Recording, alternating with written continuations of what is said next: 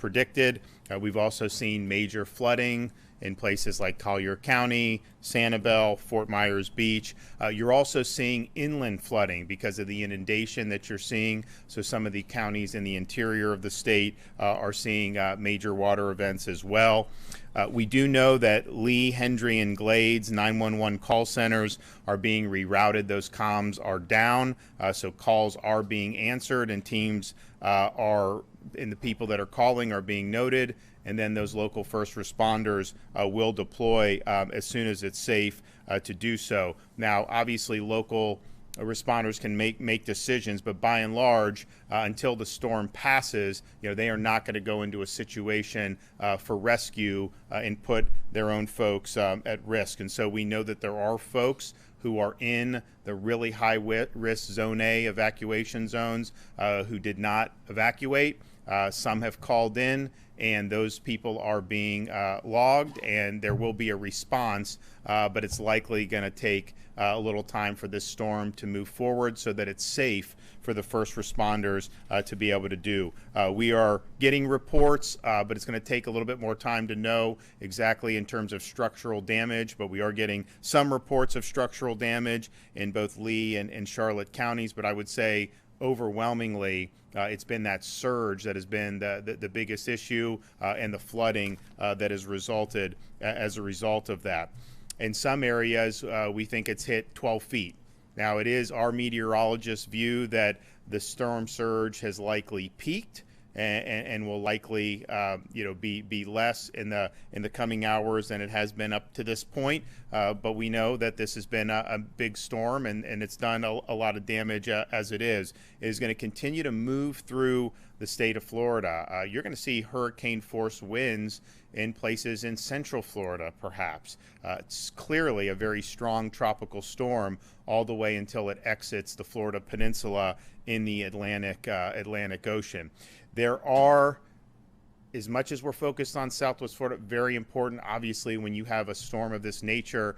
I think at landfall, it's going to be behind only the Labor Day hurricane, Hurricane Andrew, and Hurricane Michael in terms of intensity. I think we're going to end up seeing that. It may end up being a Category 5, but at a minimum, it's going to be a very strong Category 4 that's going to rank as one of the top 5 hurricanes to ever hit the Florida Peninsula. So that damage is ongoing. It's very, very important. But the fact is, there's going to be damage throughout the whole state, and people in other parts of the state, be prepared for some impacts. And you are seeing counties in different parts of the state issue evacuation orders.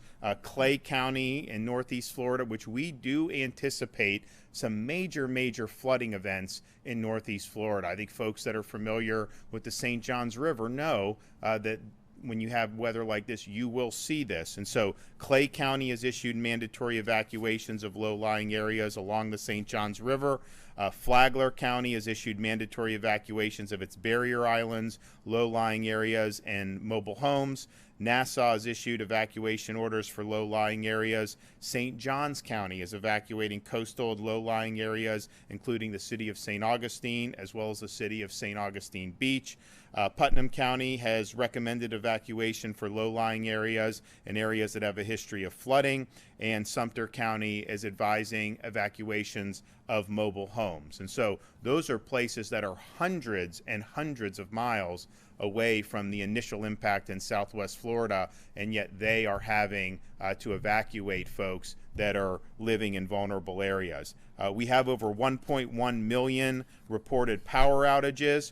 Now, there are crews that are still working outside of Southwest Florida, but just understand that number is going to grow. You're going to see more power outages as this storm moves through the center part of our state and before it exits into the Atlantic coast.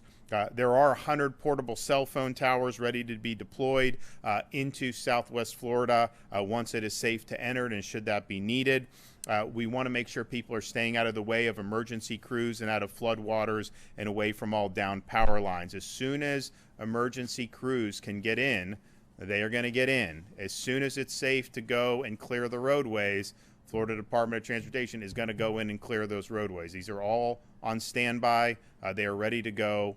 They understand the importance of a really, really quick response. As I mentioned earlier today, we have now officially sent the letter with the request to the Biden administration for a major disaster declaration for all 67 counties, requesting the federal government do 100% reimbursement up front for 60 days to ensure that we can quickly move forward into this response and recovery phase. And I know sometimes they wait till different damage assessments are made, but in this situation, you've got a massive Category 4 storm that you compare Charlie to this. This is way, way, way bigger than Charlie. It was as strong as Charlie coming in, but Charlie was much smaller. So this is a big one, and I think we all know there's going to be major impacts. We are, not only are there 42,000 linemen, they are positioned all across the state of Florida. As soon as it's safe to go, those personnel are going to go in to resume power, and that's something that's very, very important. In terms of rescue efforts, obviously there's robust efforts in each of these counties. I mean, some of these are major counties in our state, like Lee County, Collier County. They've got great response teams. The state of Florida, we are providing a lot of support that's staged and ready to go. We have almost 250 aircraft, more than 1,600 high water vehicles, and more than 300 boats of all drafts and sizes, including 250 already stationed in the major impacted areas, and nearly 50 that are staged and immediately ready to come in. And so with water this high, these operations may need to be waterborne operations. Now, there are some where you're going to need to use the water to get to some of the barrier islands anyways. But you look at like Collier County, I mean, downtown Naples is flooded. That's probably going to subside as the time goes on, but they're prepared for a lot of different eventualities. We're thankful for the states that have sent us resources, and we're very, very appreciative of them stepping up and helping Florida. As this storm passes your community, understand it's still a very hazardous situation. You're going to have down power lines. You're going to have a possibility of harm's way because of standing water, misuse of generators. I asked the Department of Emergency Management, Kevin, to produce for me the rundown of the fatalities through direct impacts of storms versus the aftermath. And in Hurricane Irma, there were 7 fatalities directly because of the storm, and there were 77 that were a result of post-storm.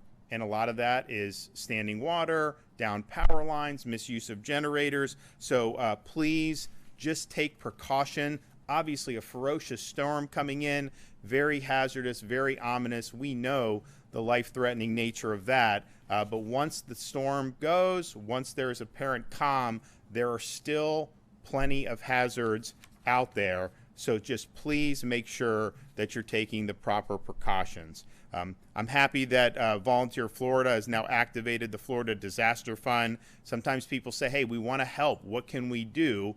And there's really two things you can do. One, send some donations, money. The other can be donate your time.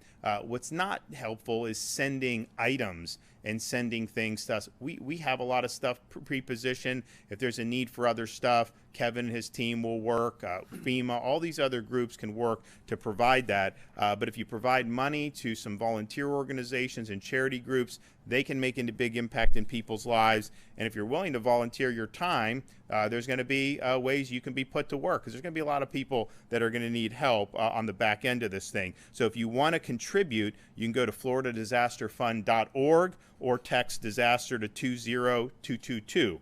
For those who want to come and volunteer, we have an official volunteer portal at Volunteer Florida, www.volunteerflorida.org, to find volunteer opportunities.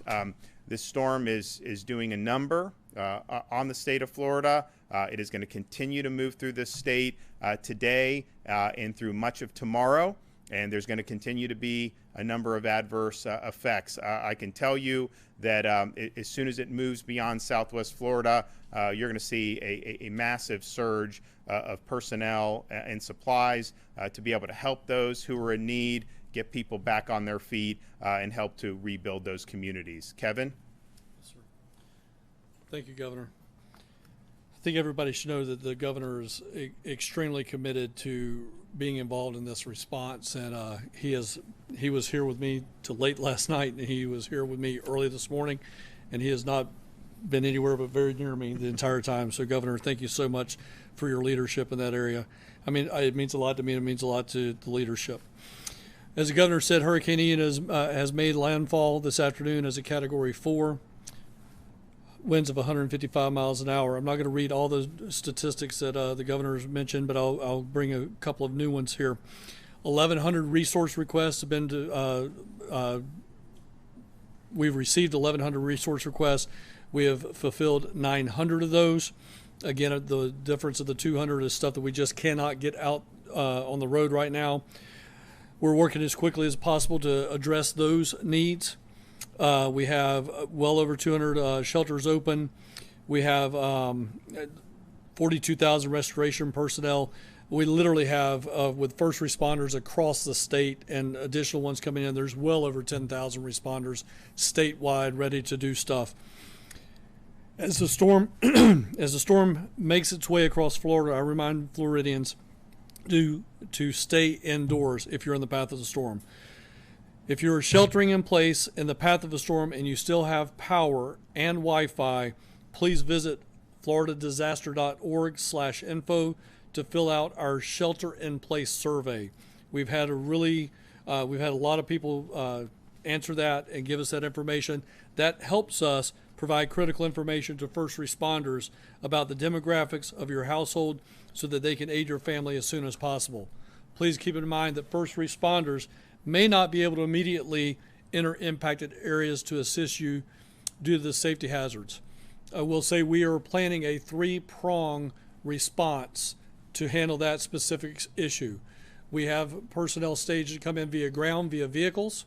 We have personnel staged to come in via air with aerial deployed search and rescue assets. And then we also have the Coast Guard and the Florida Fish and Wildlife Commission ready to come in by sea for those barrier islands and beachfront properties. So we will have a response mechanism that involves all 3 of those arms.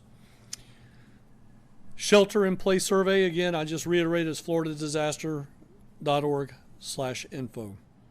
If you need immediate assistance, please dial 911. That site is not a replacement for 911. If it is calm outside, you may be in the eye of the storm. As the eye of the storm continues to move inland, is getting ready to enter areas such as Hendry County, Glades County, do not go outside if all of a sudden the wind stops. In this situation, that means you're in the eye of the hurricane. Seek shelter immediately, get into an interior room, and protect yourself. Do not walk or drive through flooded areas. Floodwaters can stall your car and sweep you and your car away in the blink of an eye.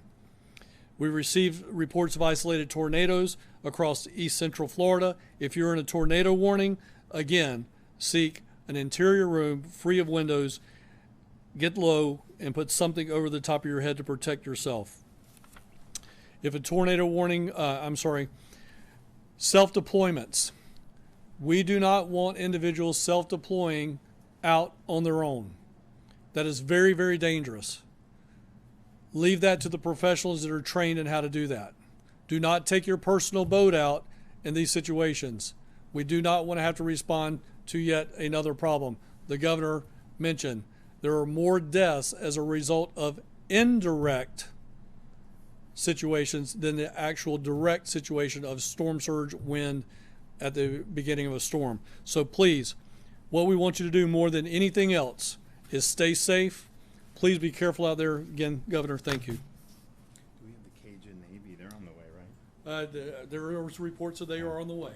So I think the Cajun Navy is on the way, and okay, there we go. I mean, look, we really welcome. I mean, those are some really battle-hardened folks, and so Florida welcomes their support, and honestly, particularly Louisiana, because they've dealt with so much, and so the governor's been great.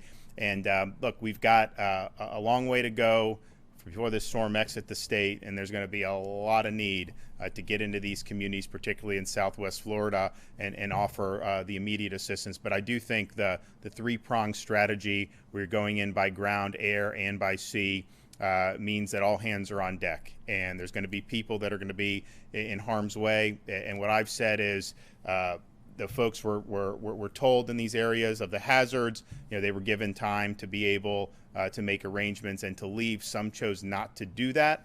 They would have probably been better off doing that. Nevertheless, if people are in harm's way, we're going to go and do whatever we can to help those folks. And so that is those operations are going to commence as soon as it's safe to do so.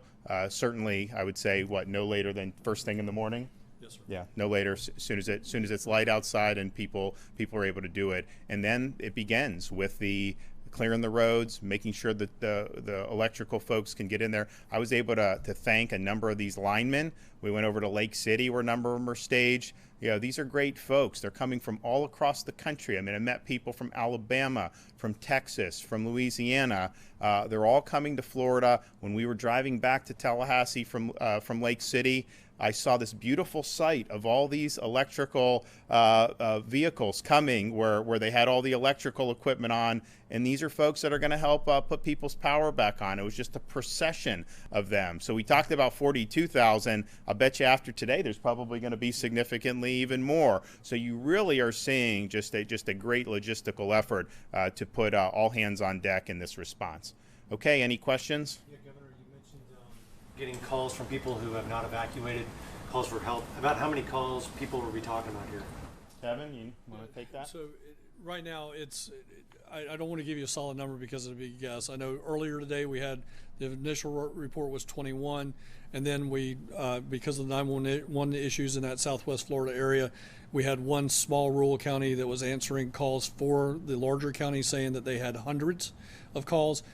So I can't really quantify that right now, but just go off the words that the emergency management directors at the local level told me. Sorry.